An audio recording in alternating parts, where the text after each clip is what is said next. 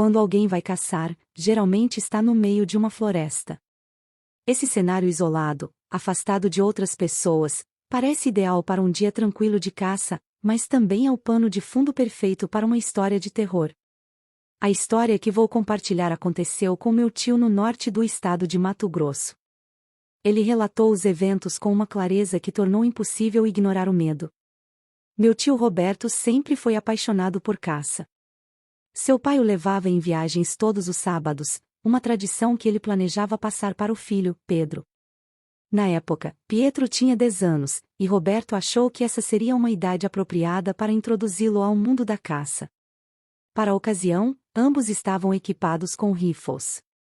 No entanto, Roberto carregou a arma de Pedro até que chegassem ao local ideal, um espaço onde ele frequentemente encontrava caça. Embora pudessem ter usado uma torre de caça localizada nas profundezas da floresta, Roberto decidiu que isso não proporcionaria a melhor experiência para a primeira vez de Pedro. Depois de chegar e montar, Roberto entregou o rifle a Pedro. Ele já havia ensinado ao filho os conceitos básicos de segurança e manuseio de armas, então estava confiante de que ele saberia o que fazer. Decidiu que, naquele dia, ficariam parados, uma abordagem mais simples para iniciantes. Planejava introduzir técnicas mais avançadas em futuras sessões. Passaram horas esperando, mais do que o normal para aquele local. Roberto percebeu que Pedro começava a se entediar, que ele bocejava e suspirava, o que o decepcionou. Não queria que o filho achasse a caça entediante. Então, decidiu empacotar suas coisas e se mover para outro local, na esperança de encontrar algo e, ao mesmo tempo, renovar o entusiasmo de Pedro. Enquanto caminhavam, ouviram passos vindos de longe. Roberto imediatamente levantou o braço para sinalizar que Pedro deveria parar e erguer a arma. O garoto obedeceu com entusiasmo. No entanto, ao observar mais atentamente, Roberto avistou algo inesperado, a cabeça de um homem espiando por trás de uma árvore. Rapidamente, ele baixou a arma de Pedro. Aliviado por não terem atirado, ele gesticulou em desculpas na direção do homem, que logo desapareceu atrás da árvore. Roberto não tinha certeza se ele era outro caçador, mas algo no rosto daquele homem o incomodava profundamente. Mesmo à distância, havia algo desconcertante em sua expressão. Para garantir a segurança, Roberto decidiu mudar de direção com Pedro. Continuaram a caminhar, mas não encontraram nenhum sinal de servos. Curioso, Pedro perguntou sobre o homem que haviam visto. Roberto respondeu sinceramente que não sabia quem ele era, mas achava melhor não se aproximarem. Pouco tempo depois, os dois pararam para comer. Ambos estavam famintos e esperavam que o dia melhorasse. Durante o lanche, novamente ouviram passos. Pedro, ansioso, pegou seu rifle e apontou para a direção do som. Roberto sentiu o coração acelerar quando percebeu que era o mesmo homem de antes, espiando por trás de outra árvore. Desta vez, o desconforto de Pedro era evidente. Roberto disse ao filho para esperar onde estava enquanto ele se aproximava do homem, preparado para confrontá-lo. Quando estava a meio caminho da árvore, Roberto parou. Pensou consigo mesmo: o que estou fazendo? Meu filho está aqui. Voltou rapidamente para Pedro e disse que era hora de ir. Se você estivesse com seu filho no meio da floresta e acreditasse estar sendo seguido, certamente também preferiria sair de lá. Eles começaram a caminhar de volta para a estrada, não correndo, mas mantendo um ritmo acelerado. Roberto, atento a qualquer som, ouviu um galho quebrar atrás deles. Instintivamente, pediu a Pedro que acelerasse o passo enquanto ele se virava para confrontar o homem. Agora, a figura estava novamente espiando por trás de uma árvore. Roberto, tomado pela raiva e pelo medo, começou a avançar na direção dele. Quando estava a cerca de 9 metros da árvore, o homem recuou, desaparecendo novamente. Logo em seguida, ouviu um som seco, como algo caindo no chão. Roberto, com o rifle carregado, se aproximou cautelosamente da árvore. O silêncio era absoluto. Ele não disse uma palavra, apenas rastejou lentamente em direção ao local. Quando chegou, sentiu como se o mundo ao seu redor tivesse desaparecido. Tudo que conseguia ver era uma cabeça, deitada no chão, sem corpo. Roberto ficou paralisado por um instante. Não olhou para cima, nem tentou descobrir quem havia deixado aquilo ali. Tomado por um instinto primal, correu de volta para Pedro e gritou para ele correr. Eles voltaram para casa em segurança, chegando em questão de minutos. Roberto tinha certeza absoluta de que não haviam sido seguidos. Naquela noite, ele permaneceu acordado, vigiando para proteger sua família.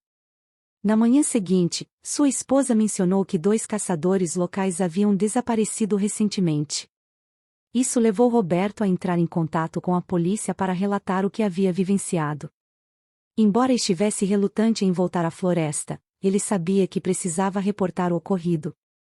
Depois disso, Roberto evitou caçar por meses. Ele não conseguia entender como alguém poderia matar 2 caçadores armados e desaparecer sem deixar vestígios. A memória daquela cabeça no chão continuava a assombrá-lo. Eventualmente, ele retomou a caça com Pedro, mas sempre com cautela redobrada. A experiência mudou sua perspectiva sobre o que poderia acontecer na floresta. O isolamento que antes era tranquilizador agora parecia um lembrete constante de que nem tudo que se esconde nas árvores pode ser explicado. Eu tinha 21 anos quando decidi aceitar o convite dos meus amigos Antônio, Christian, Tom e Diana, para uma caçada em algum parque no Pará. Não era exatamente a minha ideia de diversão, mas Antônio já havia insistido várias vezes, e eu me senti pressionado a dizer sim. Partimos com 2 barracas simples, sacos de dormir, comida e bebida para 2 dias, além das armas de caça. Antônio me deu um rifle simples, mas eu nem sabia o nome da arma. Para ser honesto, não estava confortável com a ideia de tirar a vida de um animal por diversão, e logo decidi que não atiraria em nada. Durante o caminho de carro até o local, Antônio falava animadamente sobre técnicas de caça, enquanto eu me limitava a ouvir. Ele parecia levar aquilo muito a sério, assim como os outros. Quando finalmente chegamos ao estacionamento, desfizemos as malas e começamos uma caminhada de cerca de 1,5 km floresta adentro antes de montar nosso acampamento. As árvores ao redor pareciam se fechar sobre nós, criando uma sensação de isolamento. Depois de montar as barracas, seguimos Antônio pela floresta, que continuava a discursar sobre estratégias de caça. Tentei alfinetá-lo perguntando se não seria melhor falar menos para não assustar a presa. Ele não gostou da piada, e percebi que o melhor seria guardar meus comentários. Durante nossa caminhada, cruzamos com 3 homens estranhos. Eram grandes, com cabelos longos e roupas sujas. Eles pareciam saídos de algum lugar remoto e isolado. Quando nos viram, acenaram com a cabeça em uma saudação silenciosa. Passamos por eles, mas o clima mudou. Havia algo de perturbador naqueles homens, e senti um calafrio na espinha. Apesar disso, seguimos adiante. Felizmente, eles não nos seguiram. Mais tarde, Antônio conseguiu abater um cervo. Não encontramos nenhuma capivara, mas isso não pareceu frustrá-lo. Arrastamos o animal de volta ao acampamento, onde Antônio e Tom começaram o processo de esfolá-lo e limpá-lo. Foi um trabalho sangrento e nojento, que preferi não assistir por muito tempo. Naquela noite, jantamos hambúrgueres de carne de cervo preparados por Antônio.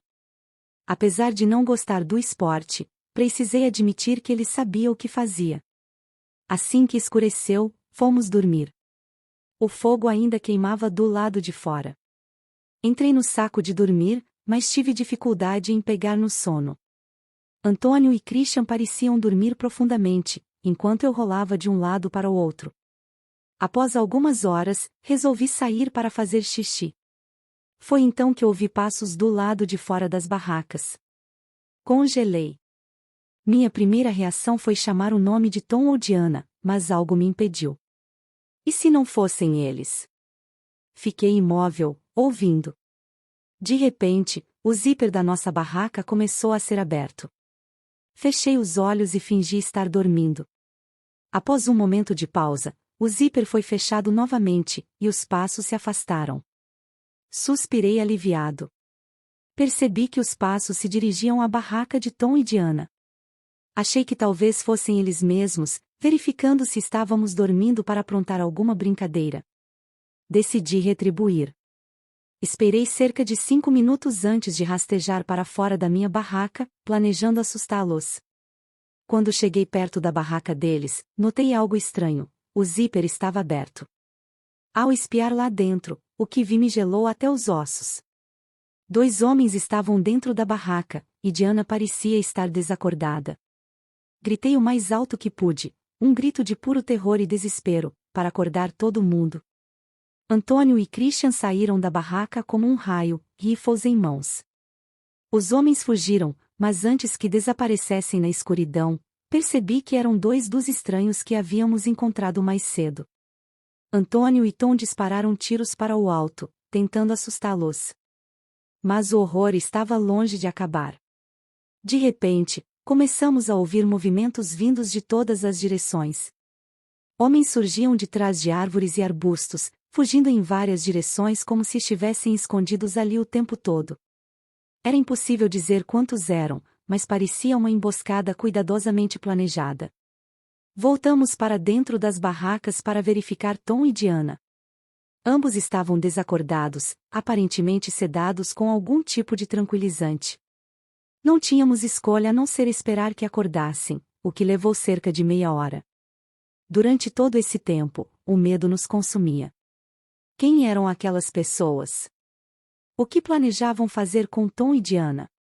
Quando os 2 finalmente recobraram os sentidos, não perdemos mais tempo. Arrumamos tudo o mais rápido possível e começamos a correr de volta para o carro. A escuridão da floresta parecia sufocante, e cada som à nossa volta fazia nossos corações dispararem. Chegar ao carro foi um alívio indescritível. Até hoje, não sabemos quem eram aquelas pessoas ou o que realmente queriam. Talvez fossem parte de alguma comunidade isolada, ou algo ainda mais perturbador. O que sabemos é que tivemos sorte de sair dali vivos. Essa experiência me marcou profundamente e me fez jurar nunca mais voltar àquela floresta. Era uma noite como qualquer outra, mas que acabou marcando minha vida para sempre. Tudo começou com um plano simples: caçar porcos na floresta que ficava logo atrás do meu quintal. Eu me orgulhava de ser um caçador experiente, um entusiasta dedicado à arte de esperar e observar. Minha torre de caça, que eu havia construído há mais de uma década, era minha fortaleza. Feita de madeira resistente e estrategicamente posicionada em meio às árvores, ela me proporcionava uma visão clara do terreno ao redor. Estava equipada com tudo o que eu precisava: um banco confortável, suporte para minha arma e, claro, minha visão noturna de ponta. Eu havia subido na torre logo ao cair da noite, equipado e pronto. A floresta era um oceano de escuridão, quebrada apenas pelos pequenos raios de luz que filtravam pela copa das árvores. A tranquilidade era quase hipnótica, o som dos grilos e do vento passando pelas folhas formava uma melodia calma, mas eu sabia que isso podia mudar a qualquer momento. Cada pequeno movimento na mata me fazia segurar a respiração, esperando que fosse a presa que eu procurava. Por horas, nada de significativo aconteceu. A solidão da floresta começava a pesar, mas minha dedicação me impedia de desistir. Estava absorto, observando tudo com atenção, quando finalmente detectei algo. Um movimento. Meu coração disparou. Levantei minha arma, ajustei a visão noturna e mirei na direção do som.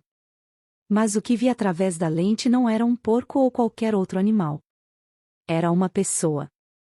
Um homem vestido completamente de preto, usando calças de moletom, sapatos e um moletom com capuz que cobria parcialmente seu rosto. Ele se movia de maneira estranha, arrastando um saco volumoso pelo chão. Meu coração, que antes batia de empolgação, agora pulsava com um misto de medo e adrenalina. O que ele estava fazendo ali? Por um momento, congelei. Minha mente foi inundada por cenários terríveis. Será que estou testemunhando algo terrível? Ele poderia estar tentando enterrar um corpo. Eu não queria acreditar nessa ideia, mas o que mais poderia justificar aquele comportamento? Continuei observando com os olhos grudados na mira, tentando entender melhor a situação. Foi quando ele parou de arrastar o saco e, para meu horror, pareceu virar a cabeça diretamente na minha direção. Um frio percorreu minha espinha.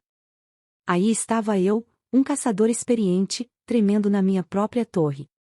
Me abaixei rapidamente, escondendo-me por trás das paredes de madeira. Ele me viu? Como poderia? Está praticamente escuro. Esses pensamentos circulavam em minha mente enquanto eu segurava minha respiração. Os segundos pareciam uma eternidade.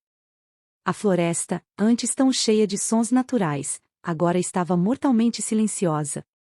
Não ouvi passos nem o som de folhas sendo movidas. Apenas o vento leve. Comecei a me convencer de que estava seguro, que tudo não passava de um mal-entendido ou de uma coincidência infeliz. Mas então ouvi o som. Um leve estalo. O som inconfundível de uma das tábuas de madeira da escada da torre rangendo sob o peso de algo ou alguém. O pânico me dominou. Senti a torre vibrar levemente à medida que mais 2 degraus foram pesados. Ele estava subindo. Meu corpo estava congelado, mas minha mente corria. Eu tinha uma arma, mas usar contra uma pessoa? Essa ideia era aterrorizante.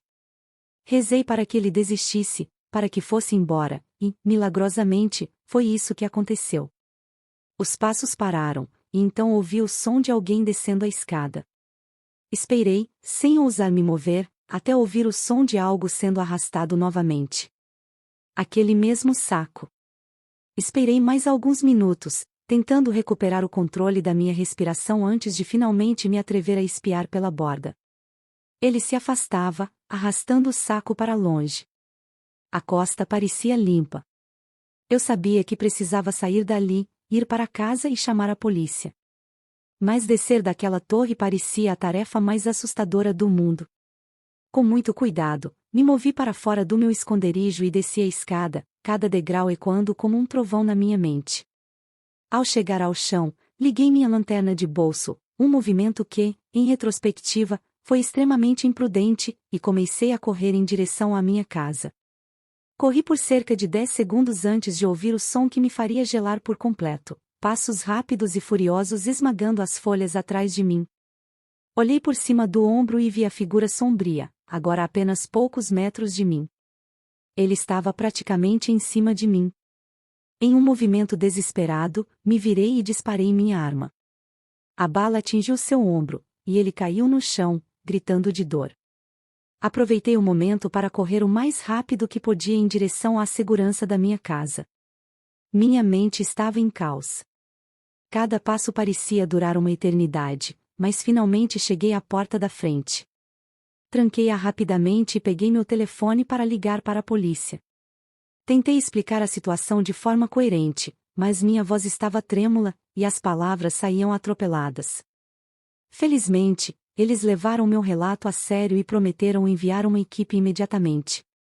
Os 15 minutos que levei esperando pela chegada deles foram os mais longos da minha vida. Cada som na floresta fazia meu coração disparar novamente. Quando finalmente as luzes vermelhas e azuis iluminaram a estrada, senti um alívio indescritível.